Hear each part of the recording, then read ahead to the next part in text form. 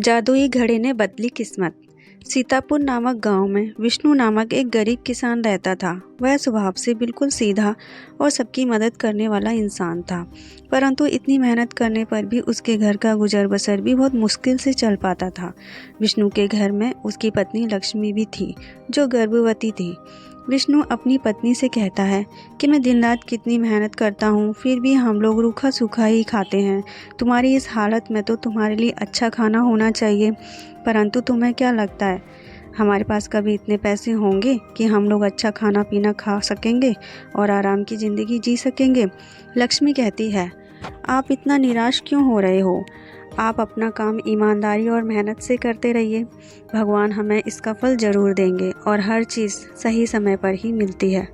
आपने कभी किसी का बुरा नहीं किया, बल्कि जो भी आपसे मदद मांगता है आप तुरंत उसकी मदद करते हैं।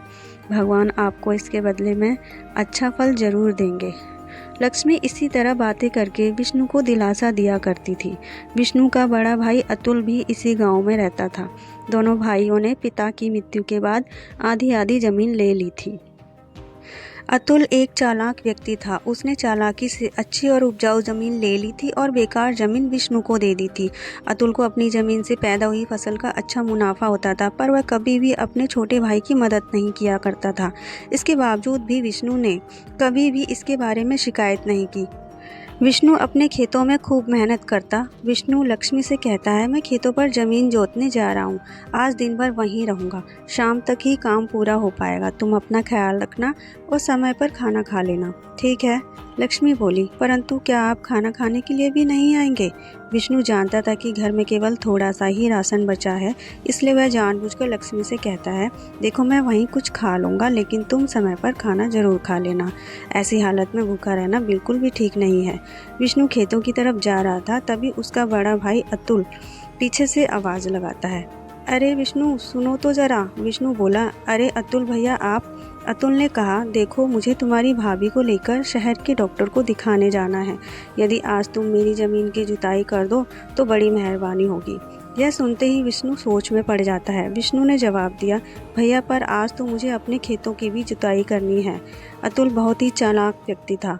वह बातें बनाकर विष्णु को अपनी बातों में फंसा लेता है। अतुल बोला, अरे मेरे छोटे भाई, आज मेरे खेतों में जुताई होना बहुत ज़रूरी है और तुम्हारी भाभी को शहर के डॉक्टर के पास ले जाना भी बहुत ज़रूरी है। यह काम इतना ज़रूरी नहीं होता तो मैं तुम्हें कभी ना कहता, लेकिन तुम्हारे सिवा मेरा है ही कौन? विष्णु अपने भाई की भावुक बातों में आ जाता है और कहता है, यह तो बिल्कुल ठीक बात है। जब एक भाई दूसरे भाई के काम नहीं आएगा तो भला कौन आएगा? आप चिंता ना करें, मैं आज पहले आपकी ज़मीन की खुदाई करूँगा, उसके बाद मैं अपने खेतों में जुताई कर लूँगा। आप भाभी को लेकर डॉक्टर के पास जाए। अतुल ने विष्णु को धन्यवाद किया। तुमने तो मेरी बहुत बड़ी समस्या हल कर दी। तुम शाम तक मेरे खेतों की जुताई ज़रूर कर देना, ठीक है ना? मैं शाम तक वापस आ जाऊँगा। इस तरह से अपनी बातों में फंसाकर अतुल विष्णु को अपने खेतों की जुताई में लगा देता है और फिर अपने काम से निकल जाता है। विष्णु पूरा दिन मेहनत करके अतुल की ज़मीन जोत देता है। शाम को अतुल जब खेत देखने आता है तो सारे खेत की जुताई हुआ देखकर मन ही मन खुश होता है। वह सोचता है, कितना बेवकूफ़ है मेरा छोटा भाई, मैंने उसे अपनी बातों में फंसा लिया और उस बेवकूफ़ ने अपना सारा काम छोड़कर पूरा दिन मेरी ज़मीन ही खोद डाली। चलो मुझे क्या, मेरा तो काम हो गया। हा हा हा। अतुल विष्णु से कहता है, अरे भाई बहुत बहुत धन्यवाद, तुमने तो पूरी ज़मीन जोत दी। अरे वाह वाह, मैं कल आराम से इसमें बीज बो सकूंगा। विष्णु बोला, इसमें धन्यवाद कैसा भाई, आपने बड़े भाई की मदद करना तो मेरा फ़र्ज है। इस तरह थका हुआ विष्णु अपने घर लौट आता है। लक्ष्मी, आप मुंह धो लीजिए और पहले खाना खा लीजिए, बहुत थके हुए लग रहे हो।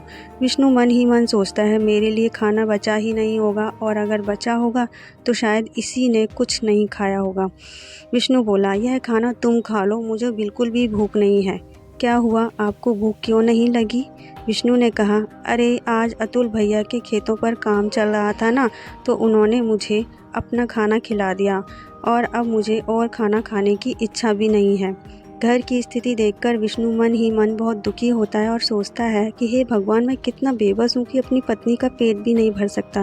बेचारी इस हालत में भी घर का सारा काम करती है, लेकिन फिर भी उसे खाना नहीं मिलता।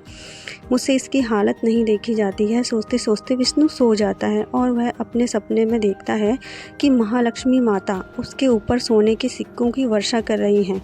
अगले दिन विष्णु उठते ही यह बात अपनी पत्नी को बताता है। विष्णु कहता है कि रात को मैंने एक सपना देखा। महालक्ष्मी मेरे ऊपर सोने के सिक्कों की वर्षा कर रही हैं और हमारी गरीबी दूर हो गई है। लक्ष्मी, यह तो बहुत अच्छा सपना है। सुबह का सपना तो सच होता है। देखो, भगवान आपकी मदद जरूर करेंगे।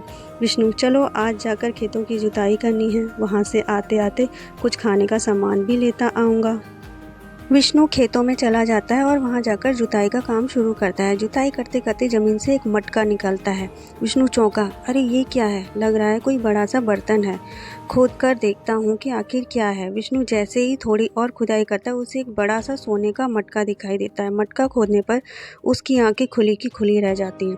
उसमें सोने की 2 मोहरें पड़ी थी। विष्णु कहता है, अरे ये क्या? मटके में तो सोने की 2 मोहरें पड़ी हुई हैं। भगवान ने मेरी सुन ली और मेरा सपना सच हो गया, इसलिए मुझे सोने की मोहरें मिली हैं। तभी अचानक उसके सामने एक बूढ़ी अम्मा आती है और कहती है, बेटा, मैं एक लाचार बुढ़िया हूँ। अपनी एक प्यारी सी गाय का दूध बेचकर अपना पेट भरती हूँ। मेरा इस दुनिया में कोई नहीं है, पर वह गाय बहुत बीमार हो गई है और इसके इलाज में बहुत खर्चा होगा। क्या तुम मेरी कुछ मदद कर सकते हो? भगवान तुम्हारी सब परेशानियां दूर कर दे। उसे देखकर थोड़े समय के लिए विष्णु सोच में पड़ जाता है और सोचने लगा, जिस तरह मैं गरीब और लाचार हूँ, यह बुढ़िया भी बिल्कुल वैसी ही है। भगवान ने मेरी मदद की और मुझे 2 सोने की मोहरें दी हैं। क्यों ना मैं उसमें से एक मोहर इस बुढ़िया को दे दूँ। इससे इसकी भी परेशानी दूर हो जाएगी। बस यही सोचकर विष्णु उस बुढ़िया को एक सोने की मोहर पकड़ा देता है। विष्णु बुढ़िया से कहता है, अम्मा, मेरे पास पैसे तो नहीं है, लेकिन यह एक सोने की मोहर है। इसे बाजार में बेचकर आपको अच्छा खासा पैसा मिल जाएगा, जिससे आप अपनी गाय का इलाज करा सकेंगी। बुढ़िया, तुम खुद मुसीबत में हो, लेकिन फिर भी दूसरों के बारे में सोच रहे हो। मेरा आशीर्वाद है कि कभी भी तुम्हें गरीबी का सामना नहीं करना पड़ेगा। एक सोने की मोहर को निकालकर बाजार में जाकर बेचता है और अपने घर के लिए खाने का सामान खरीद कर वापस आता है। लक्ष्मी विष्णु को देखकर पूछती है, आप तो बहुत सारा सामान लेकर आए हैं, यह मटका कैसा है? विष्णु, आज मुझे खेत जुताई करते समय यह सोने का मटका मिला है। इसमें मिली एक सोने की मोहर मैंने बेच दी, उसी से बहुत सारे पैसे मिले हैं, जिससे मैं खाने पीने का सारा सामान ले आया। विष्णु और लक्ष्मी उस रात पेट भरकर खाना खाकर आराम से सो गए। तभी विष्णु को एक फिर से सपना दिखा, जिसमें महालक्ष्मी माता विष्णु से कहती हैं, विष्णु, मैं बहुत खुश हूँ। तुमने मुसीबत में होते हुए भी एक लाचार बुढ़िया की मदद की। तुम्हारे पास केवल 2 ही मोहरें थी, जिसमें से तुमने उसे एक दे दी। मैं आशीर्वाद देती हूँ कि जो घड़ा तुम अपने खेत से लाए हो, वह एक जादुई सोने का घड़ा है, जिसमें रोजाना सुबह एक सोने की मोहर आएगी, जिसे बेचकर तुम अपना घर चला सकोगे। उस जादुई घड़े में केवल एक ही मोहर आएगी। तुम्हें जीवन भर गरीबी का सामना नहीं करना पड़ेगा। विष्णु अचानक से उठ जाता है और सपने के बारे में सोचता है। एक दिन पहले वह सपने में महालक्ष्मी ने मुझे सोने की मोहर दी और वह सपना सच हुआ। लगता है हर रोज एक सोने की मोहर वाली बात सच होगी। महालक्ष्मी ने मुझ पर कृपा की। अगले दिन जैसे ही विष्णु घड़े को देखता है तो उसमें से एक सोने की मोहर आ गई थी। यह देख विष्णु नाचने लगता है और अपनी बीवी लक्ष्मी को सारी बात बताता है। सच्ची, देखा, मैं ना कहती थी कि समय पर सब कुछ ठीक हो जाएगा। आपने हमेशा लोगों की मदद की है, इसी का फल भगवान ने आपको दिया है। अब हमारी परेशानी और गरीबी के दिन दूर हो गए हैं। यदि हर रोज़ हमें एक सोने की मोहर मिलेगी तो हमारा घर खर्च भी अच्छा चलेगा और खेती के लिए भी बाजार से सामान आ जाएगा। आपको कोई चिंता करने की ज़रूरत नहीं है। इसके बाद हर रोज़ उस जादुई घड़े में से एक नई सोने की मोहर आती है और उसे बेचकर विष्णु अपनी ज़िंदगी चलाता है। अब उन दोनों की ज़िंदगी बहुत आराम से कट रही थी। वह हर एक ज़रूरतमंद इंसान की मदद कर देता है। विष्णु के घर इस तरह पैसे आते देख अतुल सोच में पड़ जाता है कि आखिर इसके पास पैसा आ कहाँ से रहा है। यह जानने के लिए अतुल विष्णु से कहता है, अरे भाई, कैसी चल रही है ज़िंदगी? मैंने सुना है कि तुमने अपने मकान की बहुत अच्छी मरम्मत करवाई है और घर में खूब सामान भी ले लिया है। कहीं से लॉटरी लग गई है क्या? विष्णु बहुत ही सीधा था, वह अपने भाई को सारा सच बता देता है। विष्णु कहता है, भैया मैं आपसे कहता था ना कि मेरी बीवी ने मुझसे कहा है कि भगवान हमारी ईमानदारी का फल हमें ज़रूर देता है। बस कुछ यही समझ लीजिए कि भगवान ने हमारी मदद की है और मुझे एक जादुई घड़ा दे दिया है जिसमें रोज़ाना मुझे एक सोने की मोहर मिलती है। बस उसी से हमारी ज़िंदगी आराम से कट रही है भैया। जादुई सोने के घड़े के बारे में सुनकर अतुल का सर चकरा जाता है और उसके मन में उस जादुई घड़े को पाने का लालच आ जाता है। वह दिन मौका देखकर विष्णु के घर में घुस जाता है। उसे सामने वह जादुई घड़ा दिखाई देता है। अतुल खुशी से चिल्लाता है, अरे तो यही है वो जादुई घड़ा, मुझे तो इसे पाने में कुछ ज़्यादा मेहनत नहीं करनी पड़ी। चलो मेरा काम हो गया, इसे अपने घर ले जाऊंगा और रोज़ इसमें से एक सोने की मोहर उठाऊंगा। अतुल जैसे ही उस घड़े को हाथ लगाता है वह सोने के घड़े से मिट्टी के घड़े में बदल जाता है।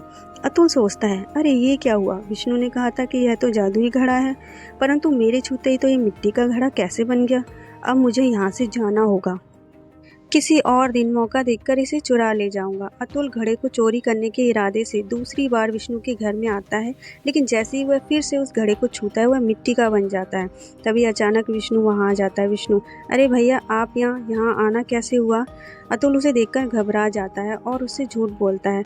अतुल, अरे विष्णु भाई, मेरी मुर्गी पता नहीं कहाँ चली गई, बस उसे ही ढूंढने यहाँ आया हूँ। मैंने सोचा शायद पीछे के दरवाजे से तुम्हारे घर में घुस गई हो, लेकिन यहाँ तो नहीं मिली। अच्छा मैं चलता हूँ। विष्णु अपने भाई की भावना को समझ जाता है। विष्णु भाई मटका चुराने के लिए घर में घुसा है, परंतु मैं उसे कुछ नहीं कह सकता। उधर अतुल भी समझ जाता है कि यह मटका भाई को भगवान ने उसकी ईमानदारी के लिए दिया है। उसका जादू केवल उसी के लिए है। विष्णु की अच्छाई और ईमानदारी का फल भगवान ने उसे दिया है। हम लोगों को अपने जीवन में नेकी और सच्चाई से जीवन जीना चाहिए। अगर हम मेहनत और ईमानदारी से काम करेंगे तो भगवान भी हमारी मदद ज़रूर करेंगे। तो फ्रेंड्स, कहानी आपको कैसी लगी कमेंट बॉक्स में हमें ज़रूर बताइएगा। ऐसे ही इंस्पिरेशनल, एंटरटेनिंग, मनमोहक, मोटिवेशनल और दिल को छू लेने वाली कहानियों के लिए हमारे चैनल से जुड़े रहिए और हमारे चैनल को सब्सक्राइब कर लीजिए। वीडियो को लाइक और शेयर करना ना भूलें। मिलते हैं नेक्स्ट वीडियो में। जब तक के लिए स्वस्थ रहिए, मस्त रहिए, खुश रहिए। जय हिंद।